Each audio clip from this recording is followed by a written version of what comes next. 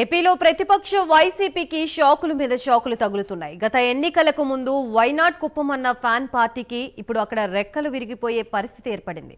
ఇప్పటికే 14 మంది ఎంపీటీసీలు 5 మంది కౌన్సిలర్లు టీడీపీలో చేరారు. మరోవైపు Kuppam YCP in charge Bharat party cadre కి కూడా అందుబాటులో లేరని సమాచారం. కనీసం ఫోన్ కూడా లిఫ్ట్ చేయడం లేదంటూ కేడర్ ఆగ్రహం వ్యక్తం చేస్తోంది. గతంలో టీడీపీ అధినేత చంద్రబాబుని ఓడిస్తామని బీరాలు పలికారు భరత్, పెద్దిరెడ్డి రామచంద్రారెడ్డి. కానీ ఇప్పుడు సీన్ రివర్స్ అయింది. కుప్పంలో వైసీపీ మొత్తం తుడిచిపెట్టుకుపోయే పరిస్థితి నెలకొంది.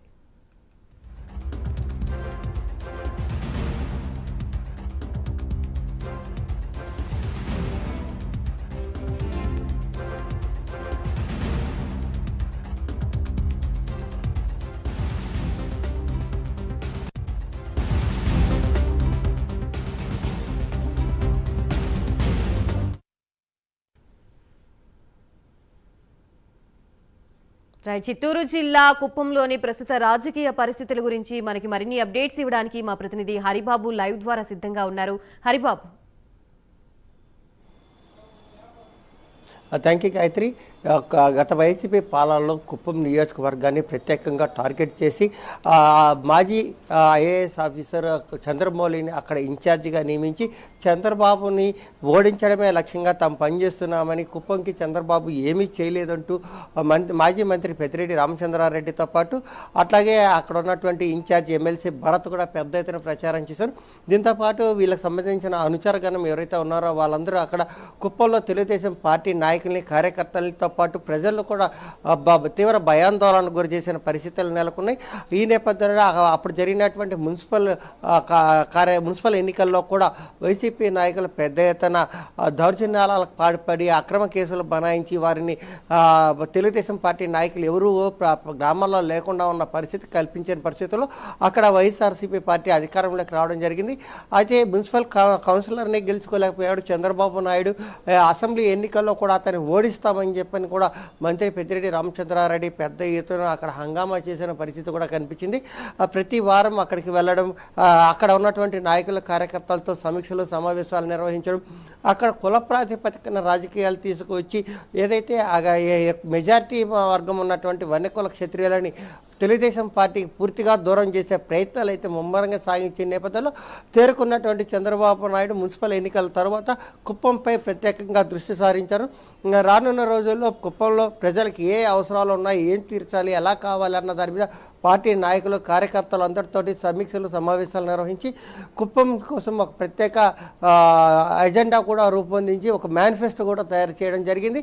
ఆ మేనిఫెస్టో ప్రకారం ప్రస్తుతం కూటమి ప్రభుత్వం అధికారంలోకి రాగానే చంద్రబాబు నాయుడు అక్కడికి వచ్చి కుప్పంలో పలు అభివృద్ధి పనులకి, ఔటర్ రింగ్ రోడ్డుకి, వీటికి సంబంధించిన పనులన్నిటికీ సంబంధించి ప్రతిపాదనలు సిద్ధం చేయాలని అధికారులను ఆదేశించడం, అలాగే పార్టీలో ఉన్నటువంటి నాయకుల, కార్యకర్తలతోటి సమీక్షలు, సమావేశాలు నిర్వహించి ఎవరైతే గతంలో వైసీపీలో ఉన్నప్పటికీ తెలుగుదేశం పార్టీ నాయకులు, కార్యకర్తలతో దాడులు చేయకుండా, వాళ్ళ మీద కేసులు పెట్టకుండా న్యూట్రల్గా ఉన్నారో వాళ్ళని మాత్రమే పార్టీలోకి తీసుకోవాలని చెప్పని కుప్పంలో ఉన్నటువంటి నాయకులు చెప్పిన మేరకే ప్రస్తుతం కుప్పం నియోజకవర్గ పరిధిలో ఉన్నటువంటి సర్పంచులు కానీ, లేదంటే ఎంపీటీసీలు కానీ, కౌన్సిలర్లను కూడా పార్టీలో చేర్చుకునే పని అయితే ప్రస్తుతం జరుగుతుంది.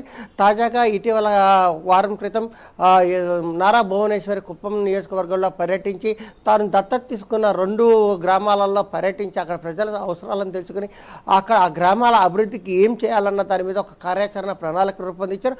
అలాగే మహిళలకు సాధికారత రావాలని చెప్పని వాళ్ళకి స్కిల్ డెవలప్మెంట్ సెంటర్ కూడా ప్రారంభించి వాటిల్లో అక్కడ చర్యలు చేపట్టిన నేపథ్యంలో అక్కడ మహిళలకు కుట్టు మిషన్లు, అలాగే ఇతర ఏదైతే చేతి వృత్తులు నేర్చుకునే దానికి అవకాశం కల్పిస్తూ ఆమె చర్యలు చేపట్టిన నేపథ్యంలో రానున్న భవిష్యత్తులో తెలుగుదేశం పార్టీకి అక్కడ మళ్ళీ కంచుకోటగా మారుతుందన్నది నిస్పష్టంగా తెలిసిన పరిస్థితి అయితే కనిపిస్తుంది. ఈ నేపథ్యంలోనే గతంలో వైసీపీ నాయకులు ఎవరైతే పార్టీ అధినాయకత్వాన్ని అండ చూసుకొని తెలుగుదేశం పార్టీ నాయకుల, కార్యకర్తలను ఇబ్బంది పెట్టారో వాళ్ళందరూ ఇప్పుడు గ్రామాల్లో వదిలిపోయి పక్క ప్రాంతాల్లో తలదాచుకున్న పరిస్థితి.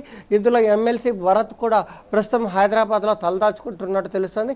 ఆయన అక్కడికి వెళ్ళిపోవడంతో ఇక్కడ ఉన్నటువంటి పార్టీ నాయకులు కానీ కార్యకర్తలకు కానీ ఏదైనా ఇబ్బంది వచ్చినా కూడా అందుబాటులో లేకుండా ఫోన్ చేసినా సమాచారం ఇవ్వకపోవడం అయితే ఒక కారణమైతే, రెండోది పెద్ద ఆయనగా పిలుస్తున్నటువంటి పెద్దిరెడ్డి రామచంద్రారెడ్డి భూ కుంభకోణాల్లో ఇరుక్కోవడంతో ఆయన పేరు చెప్పి అక్కడ కుప్పంలో తెలుగుదేశం పార్టీ నాయకులని అలాగే ప్రజలకు సంబంధించిన ఆస్తులను లాక్కున్నటువంటి వైసీపీ నాయకుల్లో కూడా ఇప్పుడు భయం పుట్టింది.